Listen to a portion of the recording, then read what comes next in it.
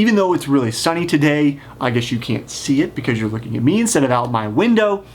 Recently, I had a couple different runs in the rain, and I thought to myself, man, we really need this rain right now while I was out running.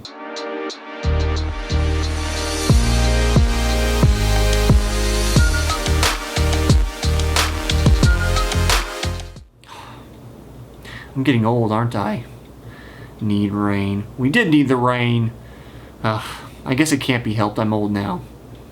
Regardless of how old I am, I guess, we did need the rain. It was fun to run in the rain. So you may think to yourself, should you run in the rain? Can I run in the rain? If I'm going to, what should I think about?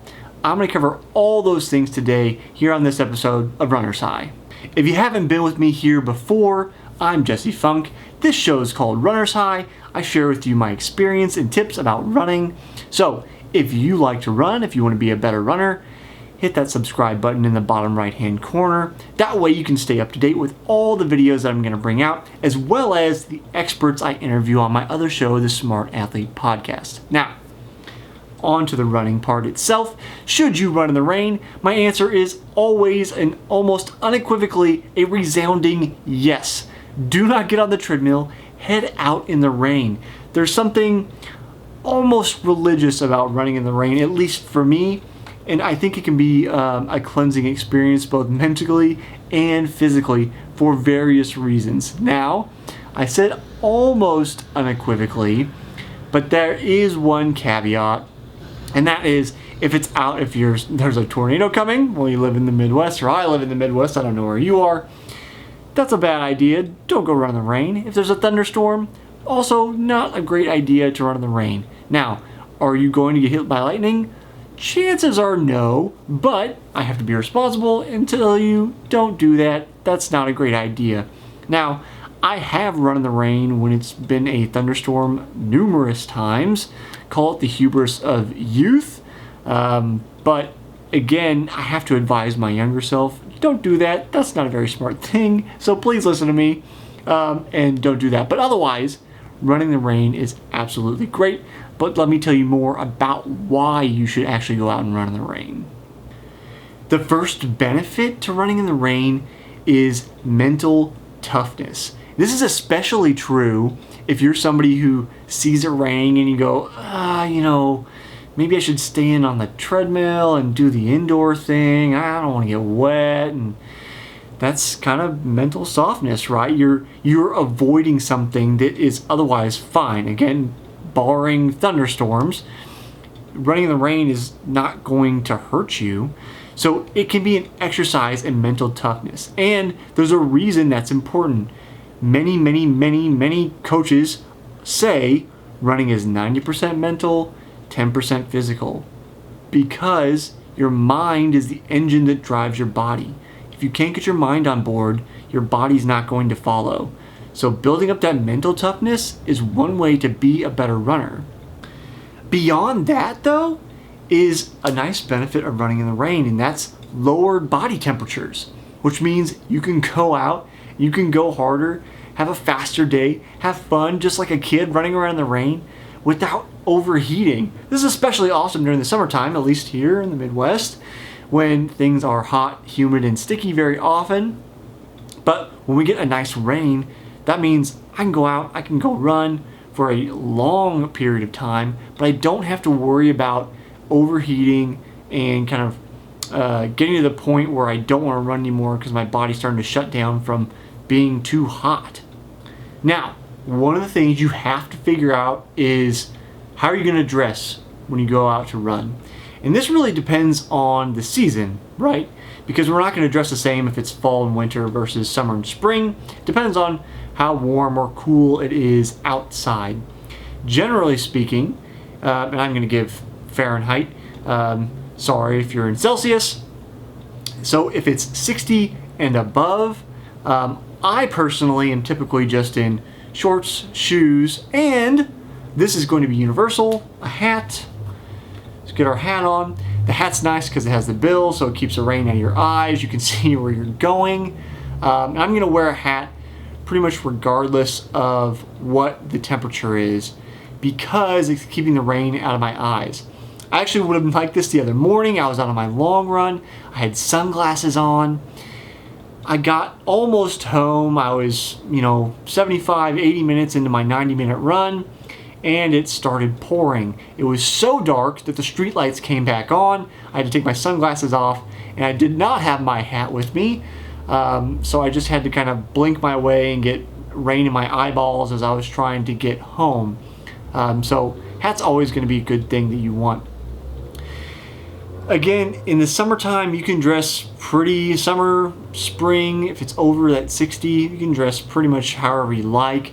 In the 50s, this is a tougher situation.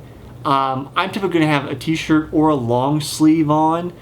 Something that's kind of be moisture wicking, because we're going to have all of that water coming down on us. We don't want to hold on to it. We want it to saturate the clothes and then move on. If you're wearing cotton, it's going to hold more moisture than what you really want. Now, wintertime, this is where you want to dress in layers. Have a base layer, have an overlayer, and then preferentially you're going to have a jacket or something that lets rain run off entirely. There's a lot of running jackets now. They can be expensive, but they are worth it. They're typically in like $100 range, 100, 120. Maybe I am just being old and they're more expensive than that now, but they'll have vents on them and they'll let water run right off and not soak in. So that you stay dry underneath, have vents to breathe, and can continue running in the rain without getting saturated. That's important when temperatures are really cold, because your body's going to cool off much faster when it's wet than in the summer when you're worried about overheating. So you have to take those two things into account. Another universal though, and this is again regardless of temperature, socks. Gotta have those socks. Some kind of moisture wicking socks. Don't wear cotton. You can wear cotton other times if you want, if that's what you're comfortable with, but you gotta have some kind of moisture wicking because of all the rain. Your feet are gonna be saturated, your shoes are gonna be saturated, so you have to be able to get that water away from your feet. Now, there are two options. You can do a kind of synthetic blend, or you can go with something nicer like merino wool. There are companies like Smart Wool and other sports companies that will produce that kind of thing, but that's going to be your other crucial component. Regardless of temperature, hat, socks, and then differentiate on temperature from there on what you want to wear. One thing you want to make sure you remember when you're going out to run in the rain, regardless of the kind of clothes you have on, or lack of clothes in my case in the summer, is that wet clothes means chafing. So you want something like an AntiChafe Balm, something like what we produce here at Solpre. Ours is made with 4 all-natural ingredients. You obviously can choose whatever you like, but if you'd like to pick one of ours up, you can go to solpre.com/shop. It's going to be one of the first things on the page because it starts with A, all natural. But along with those wet clothes comes chafing. So you use an AntiChafe Balm to get those sticky areas that are going to get rubbed raw because of all the water. Now, even ours, or really anything you're going to pick up, is going to come off quicker because of the moisture trying to wash it off of your body. So if you're going out for a really long run, you're an ultra guy, ultra girl, out for a long time, you're going to want to bring that with you. Personally, in the rain with ours, I find 60 to 70 minutes to be about my limit where I feel like I need another application. Whereas on a normal day, if it's not raining, 90 minutes plus, I'm perfectly fine, but because of that extra moisture, it washes off. So make sure you have some kind of AntiChafe Balm with you if you want to try ours. Again, solpre.com/shop. It'll be one of the first things in the shop to check out. Now that you've gotten home, you got your run done, what do you do with all those wet clothes? Time to get them off, time to get naked. Not to turn this into an X-rated video, but it's time to get into something dry. And what's really important is you take care of your shoes. Waterlogged shoes are going to get worn down faster than shoes that stay dry. This also goes for if you've sweat in your shoes a lot. I have a whole system I developed, which I call the squish factor.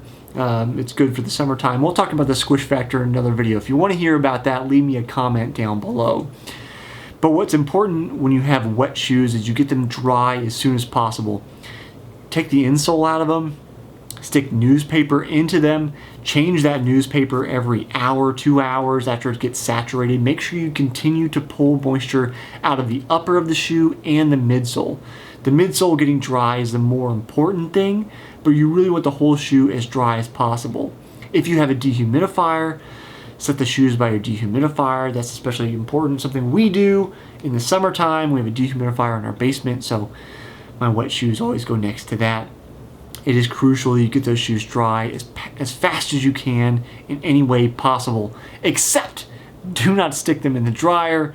You have the chance of warping your shoes and basically making you have to buy new shoes, breaking them down faster, or totally nuking them in the dryer depending on how hot it is. So don't do that. Don't use a blow dryer. Use anything you can to pull moisture out. So do you have any stories about running in the rain you'd like to share with me? Please leave them down in the comments below. I'd love to hear from you. As always, subscribe to the channel to stay tuned for future videos, and I'll see you next time on the next episode of Runner's High.